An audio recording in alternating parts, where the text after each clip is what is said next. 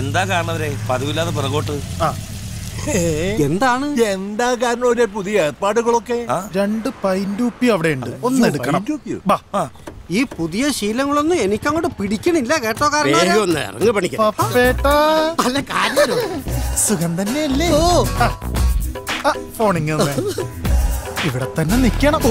നിങ്ങളെല്ലാരും കൂടി എന്നെ കാണാൻ വേണ്ടി ഇങ്ങോട്ട് നിൽക്കാം. ഞാൻ അങ്ങോട്ട് വരില്ലേ? സരോജിനിടത്തി കാരണവരാ.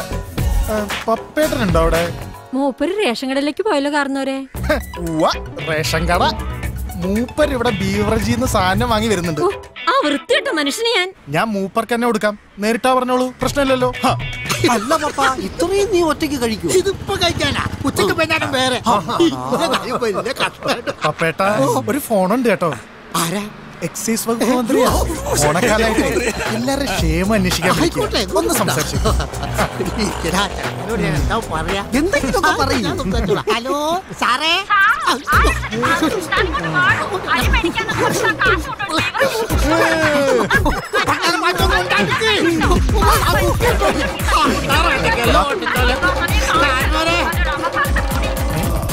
ഇങ്ങനത്തെ ഓരോ പ്രവൃത്തികൾ ചെയ്യുമ്പോ വല്ലാത്തൊരു നിർവൃതി അല്ലേ കാരണവരെ?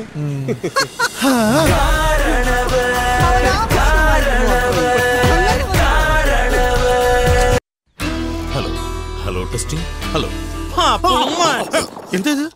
ഇതൊക്കെ വർക്ക് ചെയ്യുന്നുണ്ടോ നോക്കണ്ടേ, അതിനുവേണ്ടി പറഞ്ഞാണ്. എന്താ അസുഖം? പൈസക്ക് മുട്ടൊന്നുമില്ലല്ലോ. എന്നാ നോക്കാം. അടുത്തിരിക്കൂ. ശ്വാസം ഉള്ളിലേക്ക് വലിക്കൂ, പുറത്തേക്ക് വലിക്കൂ. നന്നായി ഉള്ളിലേക്ക് വലിക്കൂ. Hello, doctor Christy Joban speaking. പ്രോഗ്രാമിനാണോ അസുഖമാണോ? പ്രോഗ്രാമാണോ? പറയൂ പറയൂ, എവിടെയാണ്? ആറ്റിങ്ങൽ. പുതിയ ഐറ്റം ഉണ്ടോന്നോ? എന്ത് ചോദ്യമാണ്? കേട്ടോളൂ, നമ്മൾ തിയേറ്ററിൽ പോകുമ്പോൾ പരസ്യത്തിന്റെ ശബ്ദം കേൾക്കാറില്ല. അത് ഞാൻ പറഞ്ഞു തരാം. ശ്വാസകോശം സ്പോഞ്ച് പോലെയാണ്. ശ്വാസം ഉള്ളിലേക്ക് വലിച്ചു കയറ്റുവാൻ രൂപപ്പെടുത്തിയത്. ചിലർ അതിനെ സിഗരറ്റ് വലിക്കുവാൻ ഉപയോഗിക്കുന്നു. എങ്ങനെയുണ്ട്? അതാ ഞാൻ പറഞ്ഞത്. ശരി ശരി, അഡ്വാൻസ് ആയിട്ട് വന്നോളൂ. ഓക്കെ. എന്താണ്? ഹലോ, ശ്വാസം വിട്, ശ്വാസം വിടോ. എന്താ അബദ്ധം ചേട്ടാ കാണിച്ചത്? എന്താ വലിച്ചു പിടിക്കാൻ പറഞ്ഞ? ശ്വാസം പുറത്തേക്ക് വിട്ടുകൂടായിരുന്നോ? പറഞ്ഞില്ലല്ലോ. എന്റെ ദൈവമേ, ഇനി കൂടുതൽ വിടേണ്ടി വരില്ലായിരുന്നു. ശ്വാസം ഉള്ളിലേക്ക് വലിക്കും, വിടൂ. ദൈവമേ, ഉള്ളിലുള്ളതെല്ലാം അടിച്ചു പോയി, ഒന്നും കേൾക്കുന്നില്ലല്ലോ.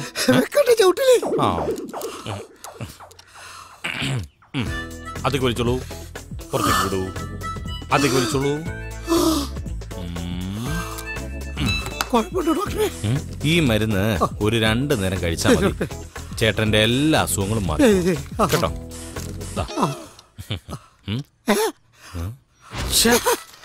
ഞാനെന്തൊരു മണ്ടനാണ്. കഴിഞ്ഞ മാസം ഫ്രിഡ്ജ് എന്ന കമ്പനിയുടെ പേരെന്താണ്? കിട്ടിപ്പോയി.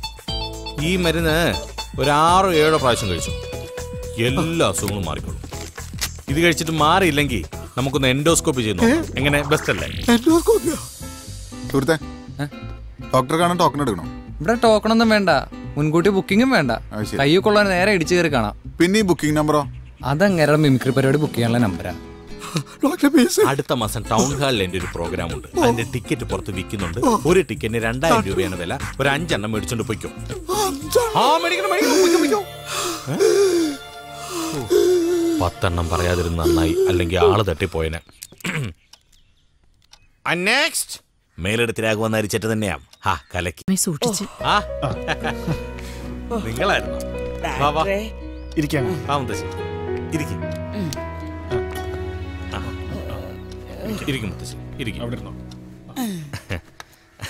ഞാൻ പ്രാക്ടീസിലായിരുന്നേ. ഇത്ര സീനിയർ ഡോക്ടർക്ക് ഇനിയും പ്രാക്ടീസോ? അയ്യേ, ആ പ്രാക്ടീസ് അല്ല, ഇത് നമ്മുടെ മിമിക്രി. ഈ മമ്മൂട്ടി, മോഹൻലാൽ, ദിലീപ്, സുരേഷ് ഗോപി ഇവരെല്ലാം എനിക്ക് ഓക്കെയാ. പക്ഷെ ഈ ന്യൂ ജനറേഷനുള്ള നിവിൻ പോളി, ഫഹദ് ഫാസിൽ, ദുൽഖർ സൽമാൻ ഇവരൊന്നും ടൈമിങ് അങ്ങോട്ട് ശരിയായിട്ട് വരുന്നില്ല. അല്ല, എല്ലാം ഓക്കെ ആയിട്ട് വന്നോളൂ. ആട്ടെ, മുത്തശ്ശിക്ക് എന്താണ് കുഴപ്പം? പഴയ പെരുത്തേറ്റം തന്നെയാണോ? മരുന്നൊക്കെ ശരിക്കും കഴിക്കുന്നുണ്ടല്ലോ അല്ലേ? മരുന്നൊക്കെ മുടങ്ങാതെ കഴിക്കുന്നുണ്ട്, എന്നിട്ടും അസുഖത്തിനൊരു കുറവില്ല. അങ്ങനെ പറ. ആ മരുന്ന് എഴുതി തന്നപ്പോഴേ എനിക്കറിയായിരുന്നു അതുകൊണ്ടൊന്നും മാറില്ലാന്നു. ഇനിയിപ്പൊ എന്താ ചെയ്യാ? എനിക്കിനി മരുന്നൊന്നും വേണ്ട. പിന്നെ ഒരു ECG തന്നാ മതി. അത് കിട്ടിയാ പിന്നെ കുറച്ച് നാളത്തേക്ക് നല്ല സമാധാനമാണ്. ആയിക്കോട്ടെ, ECG എങ്കിൽ ECG ഒന്നാക്കണ്ട, ഒരു 4 എണ്ണത്തിന് എഴുതി തന്നേക്ക. മനസമാധാനം കുറച്ച് കൂടിക്കോട്ടെ. ഇനി മനസമാധാനം കളയുന്നൊരു ചോദ്യം ഞാൻ ആവർത്തിച്ചോട്ടെ. നമ്മുടെ സത്യന്റെ വല്ല വിവരമുണ്ടോ? ഒരു വിവരവും ഇല്ല മോനെ. എന്റെ കുട്ടി എവിടെയാണോ എന്തോ. സത്യനെ പോലൊരു ഫ്രണ്ട് എന്റെ ലൈഫിലുണ്ടായിട്ടില്ല. അവൻ ഈ നാട്ടിലുണ്ടായിരുന്നെങ്കിൽ എനിക്കിങ്ങനെ ഡോക്ടറായിട്ടിരിക്കേണ്ട ഒരു കാര്യം ഉണ്ടാവില്ലായിരുന്നു. ഞാൻ ഫുൾ ടൈം ഒരു കലാകാരനായിരുന്നു. പിന്നെ നമ്മുടെ വായനശാലയുടെ വാർഷികത്തിന് എന്റെ ഒരു പ്രോഗ്രാം ഉണ്ട് മുത്തശ്ശി. പഴയത് തന്നെ ആവും. അതെ, പഴയതല്ല, പുതിയത്. 3 കിടിലം പരിപാടികള്. അല്ല, കൂട്ടത്തില് കാരണവരുടെ മുറപ്പെണ്ണിന്റെ ഒരു പ്രോഗ്രാം ഉണ്ടല്ലോ. നമ്മുടെ അമ്മൂന്റെ. അപ്പൊ കലക്കും അല്ലേ? അതാണ്. അനൗൺസ് ചെയ്യാലോ അല്ലേ? പ്രിയമുള്ളവരെ, മുരുക്കുന്തറ ജനകീയ വായനശാലയുടെ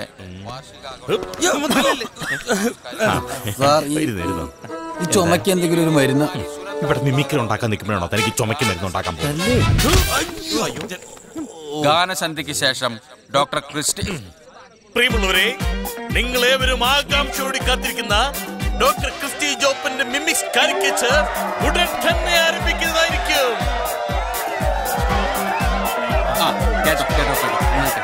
നിങ്ങൾക്കൊരു സന്തോഷ വാർത്ത.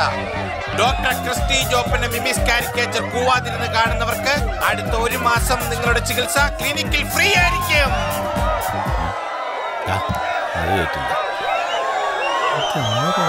ആരിതൊക്കെ?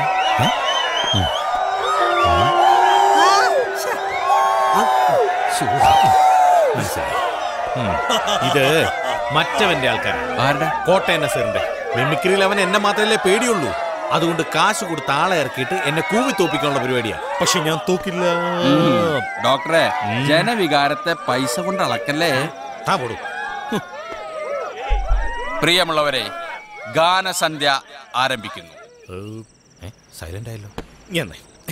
ഈ പ്രോഗ്രാം നിങ്ങൾക്കായി സ്പോൺസർ ചെയ്തിരിക്കുന്നത് ഡോക്ടർ ക്രിസ്റ്റി ജോപ്പൻ ക്ലിനിക് മുരിക്കിന്തറ.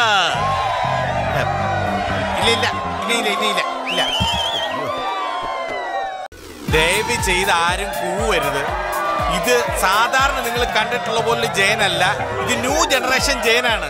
തട്ടത്തും മറയത്തെന്ന ചിത്രത്തിലെ നിവിൻ പോളി അവതരിപ്പിച്ച കഥാപാത്രമായി ശ്രീ ജയൻ വരുന്നു. ഇങ്ങനെ കിടന്ന് കൂവിട്ട് തൊണ്ടയടിച്ച് ക്ലിനിക്കിലോട്ടൊന്നും ഞാൻ മരുന്ന് തരത്തില്ല കേട്ടോ. ഒന്നും മിണ്ടാതിരിക്കും.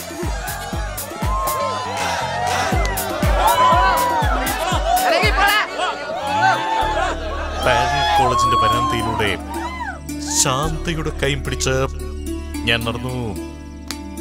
വടക്കൻ കേരളത്തിൽ മാത്രം കണ്ടുവരുന്ന ഒരു തരം വെടക്ക് കാറ്റുണ്ട്. അതിന്റെ പാന്റിന്റെ ബെൽസിലും ഹെലികോപ്റ്ററിന്റെ ചിറകിലും തട്ടിപ്പറന്നു. ഉള തട്ടുവിട്ട് വരുന്നത് കണ്ടാൽ എന്റെ സറേ അലവലാതി ഷാജി പോലും തട്ടിപ്പോകും. എല്ലാവരും മരിച്ച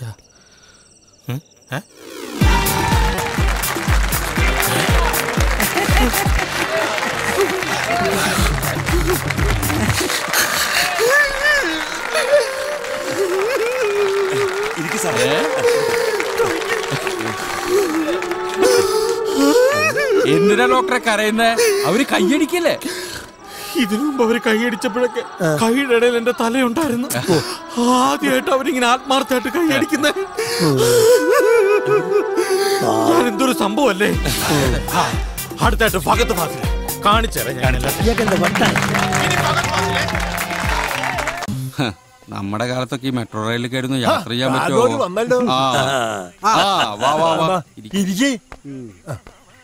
അല്ല, കാരണവരുടെ അമ്മൂനോട് പോരാഞ്ഞ് അതിനുള്ള ബോധമൊന്നും ഇല്ലല്ലേ? ബോധല്ല, വാദം. മഞ്ഞ ഗുളിയ. എന്താന്ന്? ഒരു മഞ്ഞ ഗുളിയ മതിയല്ലോ എല്ലാം കുളവാക്കാൻ. വല്ല മനസ്സിലായ? പിന്നെ കൃഷി ഓഫീസർ മാറി പുതിയ ആള് വന്നോ? അത് വന്നോളൂ. കാരണം ആദ്യം ഇത് പറ, എന്താണ് ഇനി പ്ലാൻ? ആ തെങ്ങുകളുടെ കടയൊന്ന് മാന്തണം, നെല്ലിന്റെ കള പറിക്കണം, പിന്നെ കൃഷി ഓഫീസിൽ നിന്ന് വളവും വാങ്ങണം. അതെ, ഈ അമ്മൂന്റെ കാര്യത്തിൽ എന്ത് വളരാനാണ് ഉദ്ദേശിക്കുന്നത്? എന്ത് കോളേജിൽ അവള് പഠിക്കുന്നത് കണ്ടൽക്കാട് പോലെ മുടി വളർത്തിയ യോയോ പിള്ളേരുടെ കൂടെ ഒരു ഊന്നുകാല് കൊടുത്ത് കെട്ടിയില്ലെങ്കിലേ വാഴ അങ്ങോട്ട് മറയും. അമ്മുന്റെ കാര്യത്തിൽ എനിക്കൊരു പേടി. അനുഭവങ്ങളാണ് മോനെ ഞങ്ങളെ കൊണ്ട് ഇതൊക്കെ പറയിക്കുന്നത്. ഈ ഇരിക്കുന്ന പ്രഭാകരന്റെ കഥ അറിയോ?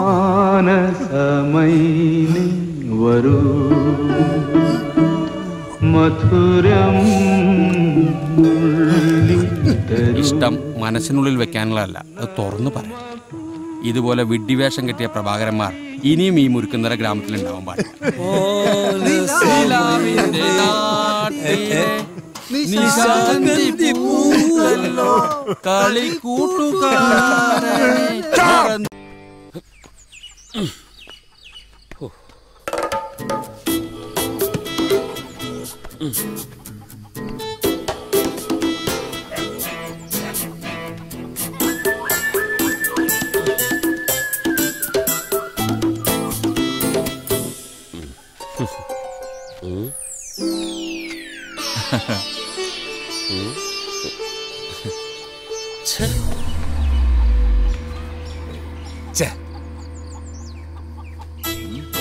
അളിയന് ബോംബെയിൽ എന്തായിരുന്നു പണി? കുറച്ചു കാലം മഹാരാഷ്ട്ര ഗവർണറായിരുന്നു. ശമ്പളം കുറവായതുകൊണ്ട് ഒരു തുണി കമ്പനിയിൽ വാച്ച്മാനായിട്ട് കയറി. അളിയൻ അസലായിട്ട് ആക്കുന്ന കൂട്ടത്തിലാണല്ലോ. എനിക്ക് വിരോധമില്ലാട്ടോ. അളിയനും അളിയനാവുമ്പോ അടുത്തിരുന്ന് സംസാരിക്കുന്നതാ ശരി. ബോംബെയിൽ ഇപ്പോഴത്തെ കാലാവസ്ഥ എങ്ങനെയാ? തണുപ്പാ ചൂടാ?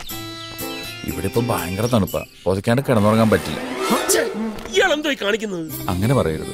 ഞാൻ മോശമായിട്ട് എന്തെങ്കിലും പറഞ്ഞോ? എന്തെങ്കിലും കാണിച്ചോ? എനിക്കൊന്ന് കണ്ടാ മതി. അയ്യേ, ഇയാൾ ഇത്രക്ക് ബോറനാണോ? ദേ, ഇയാളെന്റെ പെങ്ങടെ കെട്ടിയവനായി പോയി. അല്ലെങ്കിൽ താനീ കാണിച്ച തോന്നിവാസം തന്നെ മുഖത്ത് അടി തരണ്ടതാ. ബോംബെയിൽ കുറെ കണ്ടിട്ടുള്ളത് പോലെ മനസ്സിലായി. ഞാൻ മുമ്പുള്ള സംഗതി അവിടെ ഉണ്ടോ നോക്കാൻ വേണ്ടിട്ടാ. താൻ പോടോ. ഇങ്ങനെയുണ്ടോ അളിയന്മാര്? നന്ദിനി ഇങ്ങോട്ട് വന്നേ. എത്രയും പെട്ടെന്ന് നിന്റെ കെട്ടിയോനെ വിളിച്ചോണ്ട് പൊക്കോണം.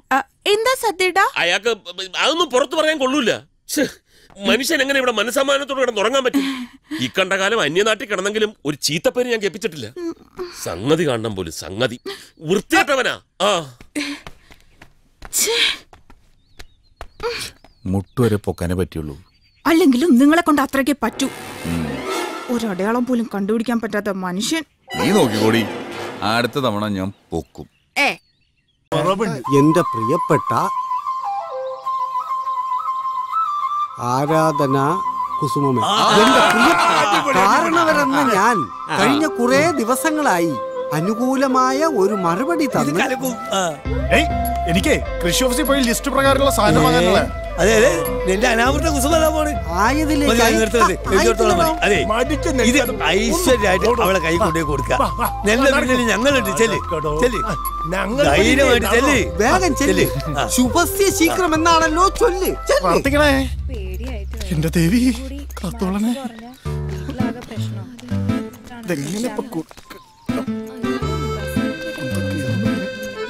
ഇങ്ങനെ തന്നെ ആയിരിക്കും.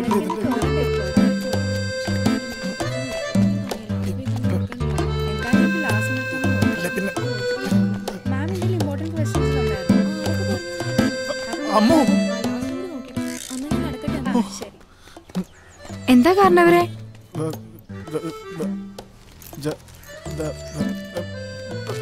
ശരി. യൂറിയ ഫാക്ടം ഫോസ് പൊട്ടാഷ്യം. പ്രിയപ്പെട്ട ആരാധനാ കുസുമമേ,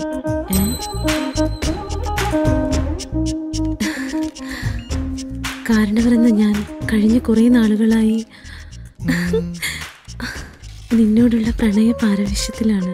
ഈ മഴ പെയ്യുന്നതിനോടുകൂടി ഉഴുത് നല്ല വിത്തിറക്കിയാലുണ്ടല്ലോ. എനിക്ക് മാത്രമല്ല, കൃഷി ഓഫീസർക്കും എന്റെ ഗുണം ഉണ്ടാവേ. അപ്പൊ ഞാനങ്ങോട്ട് ഞാൻ പ്രതീക്ഷിക്കും. എന്നെ നിരാശപ്പെടുത്തരുത്.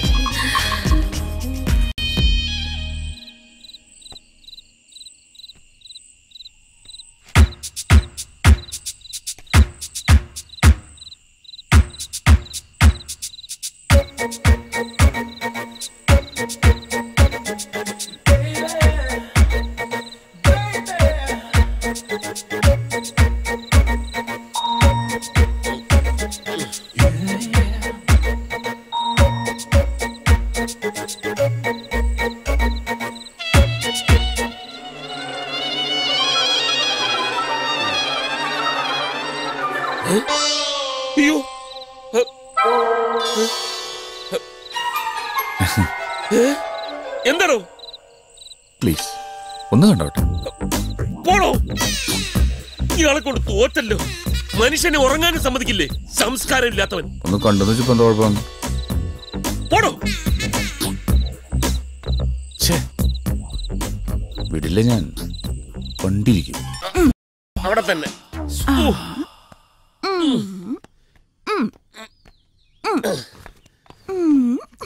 സുഖമുണ്ടോ സത്യേട്ടാ? നല്ല സുഖം.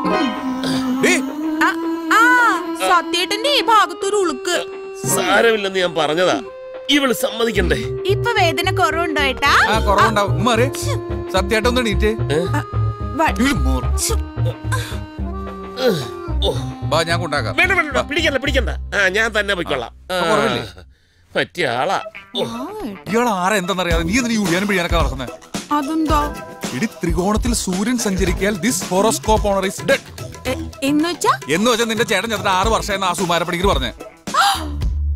അപ്പൊ ഇയാളോ? അയാളോ? അപ്പൊ ഇത്രയും നേരം ഒരു അന്യ പുരുഷനെയാണോ ഞാൻ ഒഴിഞ്ഞോണ്ടിരുന്നത്?